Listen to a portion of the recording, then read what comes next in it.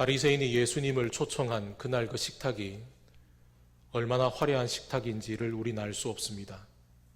그러나 우리는 그 식탁이 손님으로 초청한 예수님을 위해 최소한의 기름도 환영의 인사도 발 씻을 물도 준비되지 않은 불친절한 식탁이라고 하는 사실은 분명히 알고 있습니다. 예수라고 하는 저 사람은 이 정도만 대해줘도 괜찮다라고 말하는 교만과 정죄의 식탁이기도 하죠. 그런데 그 식탁에 초청받지 않는 손님인 한 죄 지은 여인이 들어옵니다. 초대받지 않는 손님인 이 여인은 환영받지 못하는 손님인 예수님에게 다가가 예수님의 발에 향유를 붓습니다. 자신의 집에서 죄인의 이런 행위가 벌어진 것을 보고 바리새인은 크게 마음이 상합니다. 그리고 속으로 생각하죠. 다른 사람이 저 예수를 뭐라고 하든지 간에 내가 볼 때 절대로 저 사람은 선지자는 아니야. 그런데 예수님께서는 그 바리새인의 마음속을 정확히 꿰뚫어 보셨습니다. 그리고 그에게 이렇게 말씀하셨습니다. 시몬아, 내가 네게 이를 말이 있다. 시몬아. 예수님은 바리새인의 이름을 다정하게 부르셨습니다. 그리고 한 가지의 비유를 말씀하셨습니다. 여기 빚을 진 사람이 두 사람이 있습니다. 한 사람은 50데나리온의 빚을, 그리고 또 한 사람은 500데나리온의 빚을. 데나리온은 그 당시 노동자가 하루 종일 일하고 받는 수당, 즉 일당의 가치를 가집니다. 그러니 50데나리온이라면 노동자가 50일 동안 벌어서 모을 수 있는 돈, 500데나리온은 한 노동자가 약 1년 5개월을 열심히 일해야 모을 수 있는 돈입니다. 50데나리온보다 500데나리온이 더 많기는 하지만 그 500데나리온은 절대로 갚을 수 없는 큰 돈은 아닙니다.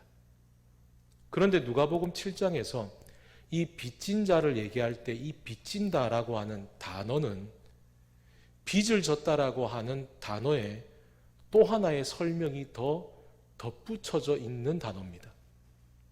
그 뜻은 이렇습니다. 어쩔 수 없이 빚을 진 자. 한 번에 500달란트의 빚을 졌을까요? 아니면 적은 돈을 빌리기 시작했는데 그 돈이 모이고 모여서 50데나리온이 되고 500데나리온이 되었을까? 구체적인 상황은 알 수 없지만 50데나리온을 빌린 사람도 500데나리온을 빌린 사람도 어쩔 수 없이 빚을 진 사람들입니다. 그 빚을 감당할 능력이 없어서 그 빚 가운데에서 허덕거리고 있는 사람들이 바로 이 사람들이죠. 그런데 예수께서 바리새인에게 물어보셨습니다. 예수께서 무엇라 물어보셨는지 우리 화면을 보면서 우리 함께 읽어보도록 하십시다. 둘 다 탕감하여 주었으니 둘 중에 누가 그를 더 사랑하겠느냐. 여기에 대해서 바리새인은 무엇라 답합니까? 더 많이 탕감함을 받은 자니이다. 아멘. 그 바리새인의 대답을 듣고 예수께서 바리새인에게 이렇게 설명하시죠. 이 여인은 더 많이 용서를 받은 사람이기 때문에 그 감사와 감격이 더 커서 이렇게 나를 사랑하는 것이다 라고 말이죠. 우리가 방금 읽은 근데 이 구절에서 예수께서 바리새인에게 질문하실 때 둘 다 탕감해 주었다. 여기에서 이 탕감이란 단어를 한번 들여다볼 필요가 있습니다. 예수님께서 탕감이라는 단어를 쓰실 때 이 단어는 단순히 빚을 없애주는 뜻이 아닙니다. 이 탕감이라는 단어를 쓰실 때 예수님은 하나님의 은혜를 뜻하는 카리스라는 단어에서 나온 탕감이라는 단어를 사용하셨습니다. 그리고 이어서 말씀하시죠. 누가 그를 더 사랑하겠느냐. 여러분도 알고 계시는 것처럼 헬라어에는 사랑을 뜻하는 여러 개의 단어가 있습니다. 그런데 지금 예수께서 말씀하시는 이 사랑을 뜻하는 단어는 하나님의 사랑을 뜻하는 아가페라는 단어를 쓰셨습니다. 그럼 여러분, 이것이 무엇을 의미하겠습니까? 지금 예수님은 단순히 돈을 빌리고 갚는 채무 관계를 이야기하시는 게 아닙니다. 하나님의 은혜를 경험한 사람만이 하나님의 사랑으로 사랑할 수 있다는 바로 그 사실입니다. 시몬아, 따뜻하게 바리새인을 부르시는 그 예수님의 마음속에는 시몬, 너도 죄 가운데 용서받은 죄인이라는 것을 잊지 말라는 예수님의 마음이 들어가 있습니다. 그러나 바리새인은 그 사실을 깨닫지 못했죠. 그렇다면 이 바리새인은 죄를 덜 지은 50데나리온의 사람일까요?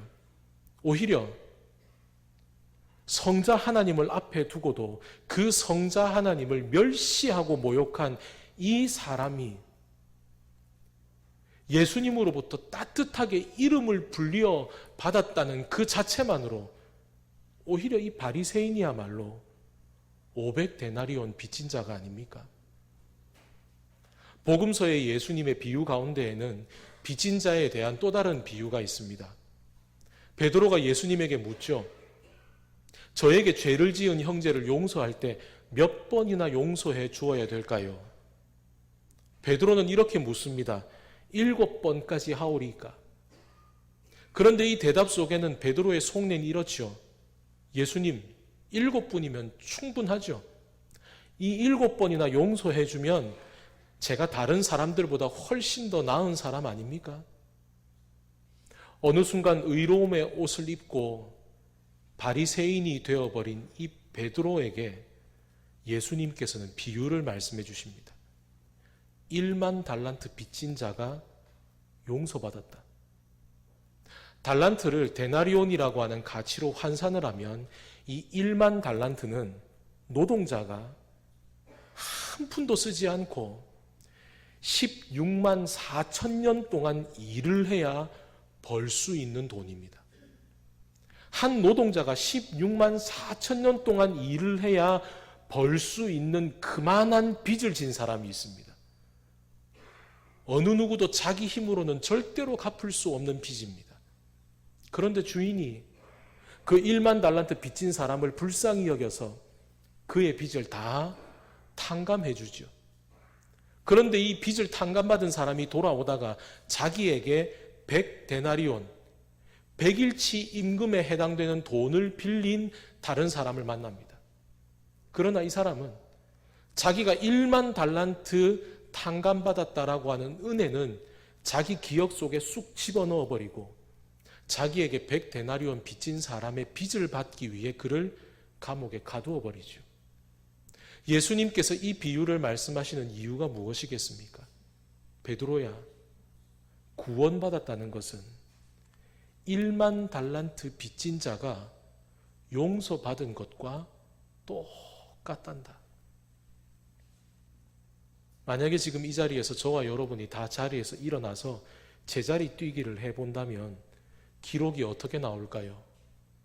다른 사람보다 더 높이 뛰는 사람도 있는 반면에 다른 사람보다 덜 뛸 수밖에 없는 사람도 있을 겁니다. 구원이란 지금 우리가 열심히 제자리 뛰기를 하고 있는 이 지구에서 우리의 자리가 달로 바뀌는 것과 똑같습니다. 우리가 이 땅에서 2m를 뛴들, 우리가 이 땅에서 20cm를 뛴들, 우리의 능력으로는 달에 갈 수 없는 것은 똑같습니다.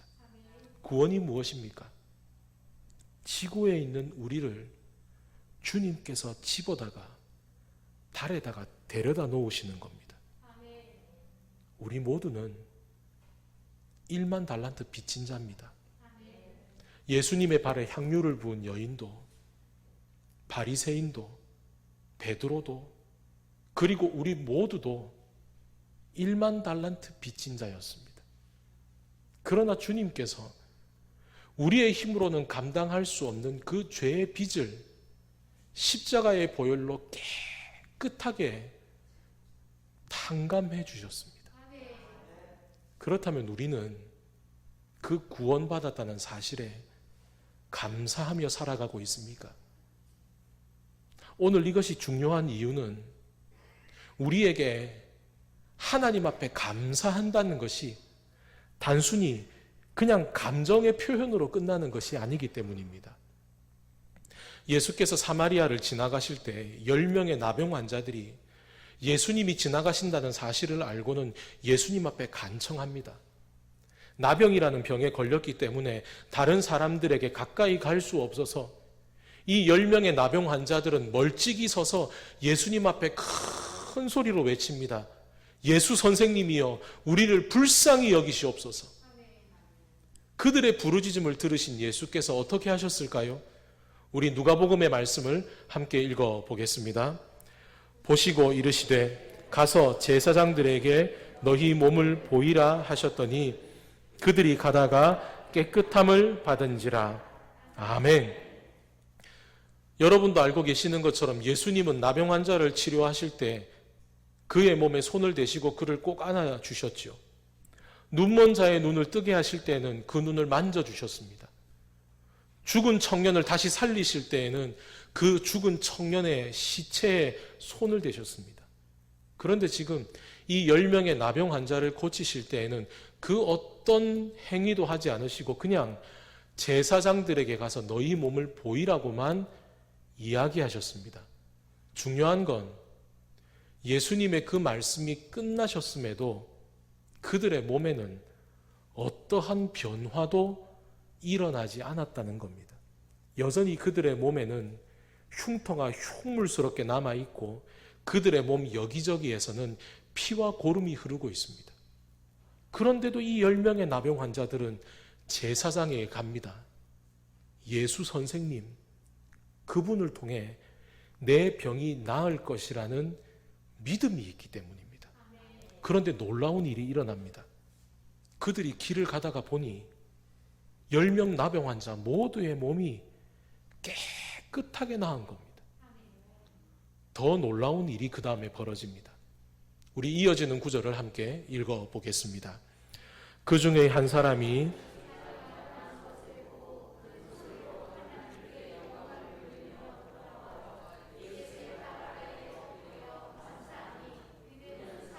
사람이라. 아멘. 오직 그 10명의 나병 환자 중에 사마리아인으로 불리어지는 한 사람만이 돌아와서 예수님 앞에 엎드려서 감사를 드립니다. 우리가 방금 읽은 이 구절 가운데 감사라고 번역되어 있는 단어는 신세를 입은 사람이 와서 표현하는 감사가 아닙니다.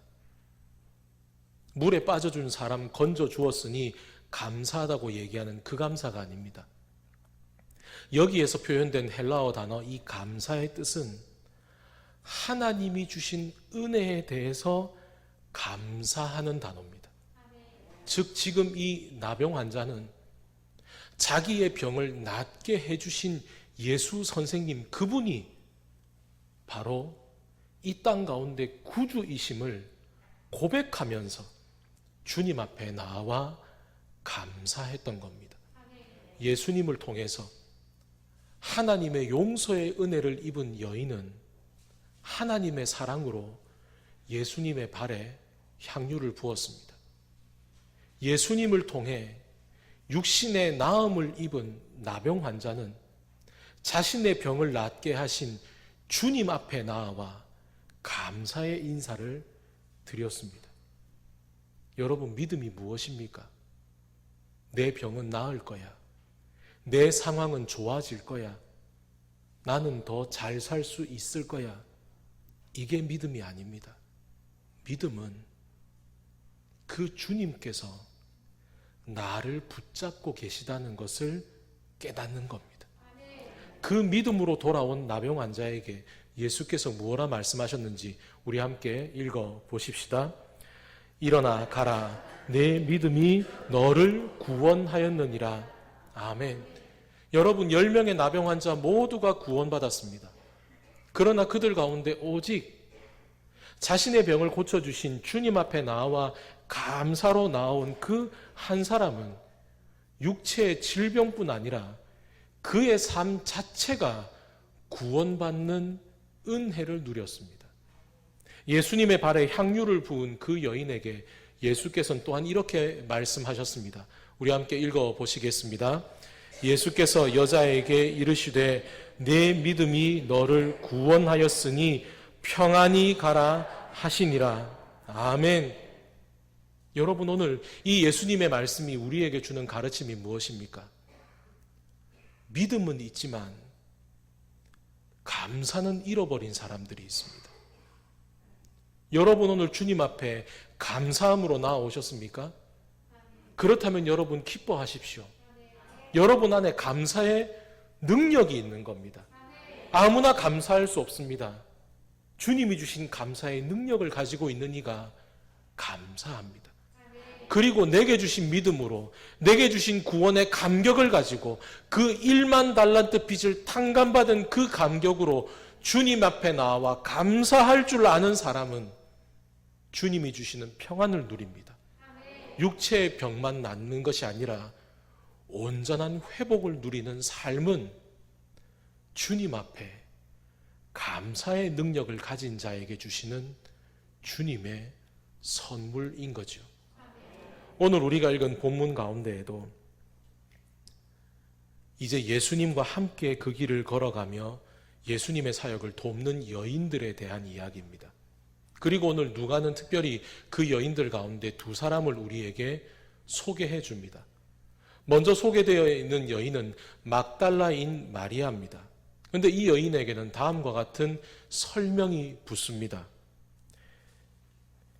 7 귀신이 나간 자 막달라인이라 하는 마리아. 7 귀신이 나간 자. 이어서 등장하는 요한나라고 하는 여인은 막달라 마리아와는 사뭇 다른 삶의 자리를 가지고 있습니다. 요한나에 대해서는 이렇게 설명합니다. 헤롯의 청지기 구사의 아내 요한나. 청지기라고 하는 것은 재산을 대신 맡아서 관리하는 사람을 뜻하죠. 그러니 지금 헤롯의 청지기라고 하는 의미는 헤롯 왕이 그에게 나라의 재정을 맡겼다는 얘기입니다. 오늘날 우리나라로 치면 경제부총리에 해당되는 높은 관직에 있는 사람이 바로 요한나의 남편입니다. 막달라 마리아와 요한나는 공통점을 찾기 힘든 두 사람입니다. 어쩌면 세상 가운데 함께 마주칠 일이 없는 사람입니다.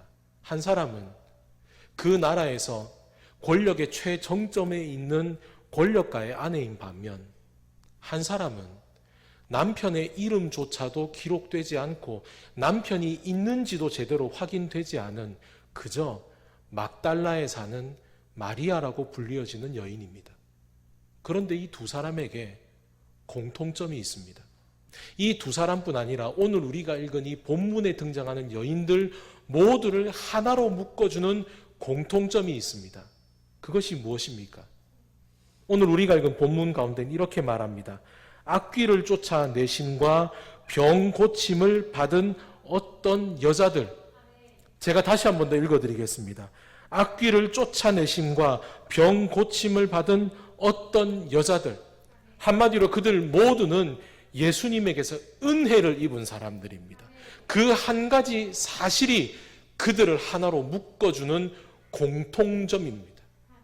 그런데 그들에게는 그 예수님의 은혜를 누렸다라고 하는 것이 그냥 단순한 한 가지의 공통점이 아닙니다. 그들에게는 내가 예수님을 통해서 병고침을 받았고 내가 예수님을 통해서 귀신이 쫓겨나간 그 놀라운 은혜가 그들에게 도무지 가만히 있지 못하게 만드는 엄청난 감격이 되었습니다. 그래서 그들은 각자의 삶의 자리에서 예수님에게로 모였습니다. 주님 앞에 감사하면서 그 감사로 예수님을 섬기기 시작합니다.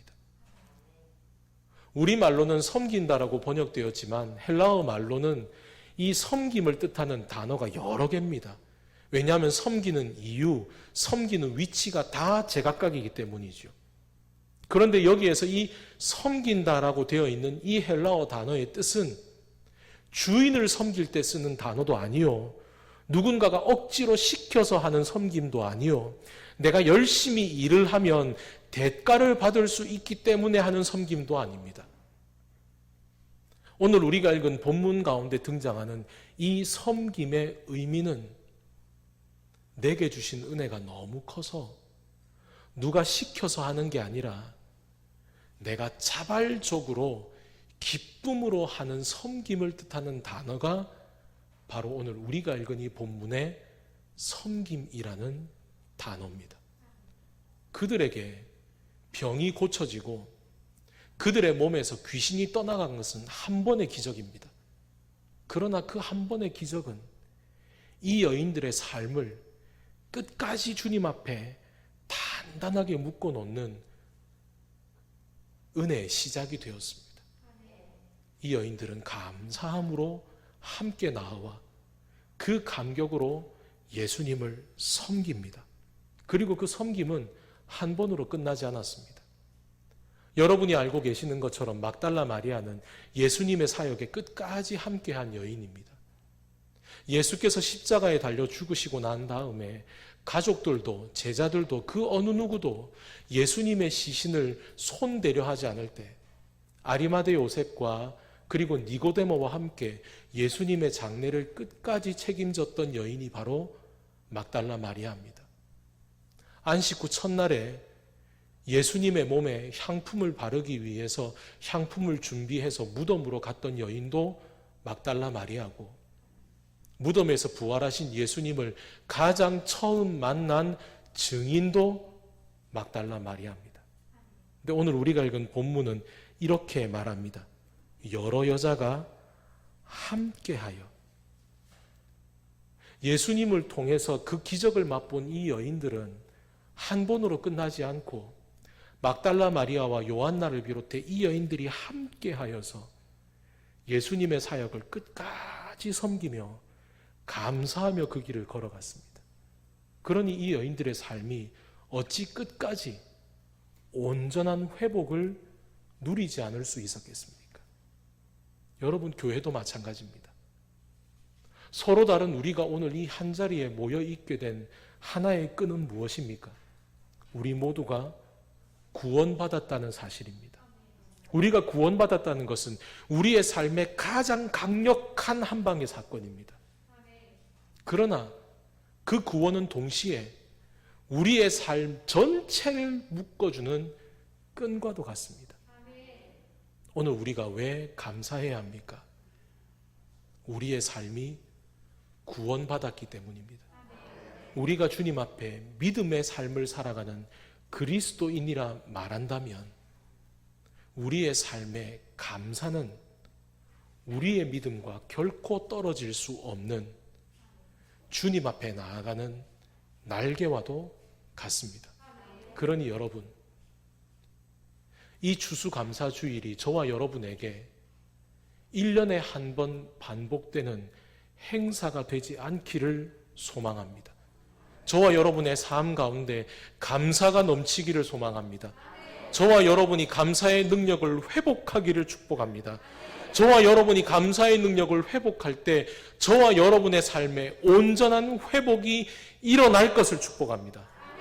여러분, 우리 교회가 구원받은 감격으로 함께 모여서 그 예수님을 위해 끝까지 섬김과 감사로 이 땅 가운데 복음의 역사를 거침없이 펼쳐나가는 믿음의 공동체가 되기를 소망합니다. 여러분, 이제 우리에게 이 추수감사주일은 어떤 의미입니까? 주님, 1년 뒤 내년 추수감사주일까지 이제 1년을 살아가며 주님 늘 감사하게 해 주시옵소서. 우리는 이 땅 가운데 생명을 부지하기 위해서 숨을 쉽니다. 이 숨을 쉬기 위해서 의지를 가지고 억지로 숨쉬는 사람은 아무도 없습니다. 그러나 우리는 당연하게 그렇게 숨을 쉬며 살아가면서도 이 땅 가운데 믿음의 호흡으로 숨쉬기 위해 감사의 호흡을 살아가는 것은 우리가 얼마나 자주 잊어버리고 살아갑니까? 그러니 여러분, 오늘 추수감사주일이 우리에게 어떤 의미입니까? 주님, 내년 추수감사주일 돌아올 때까지 1년 동안 저의 영혼의 호흡이 들이쉬어도 감사, 내쉬어도 감사가 되게 해 주시옵소서. 오늘 우리가 드리는 추수감사주일 예배는 이제 1년 한 해를 그렇게 살아가겠다는 결단으로 드리는 첫 번째 감사의 발걸음입니다. 그 귀한 고백으로 살아가시기를 주님의 이름으로 축원합니다.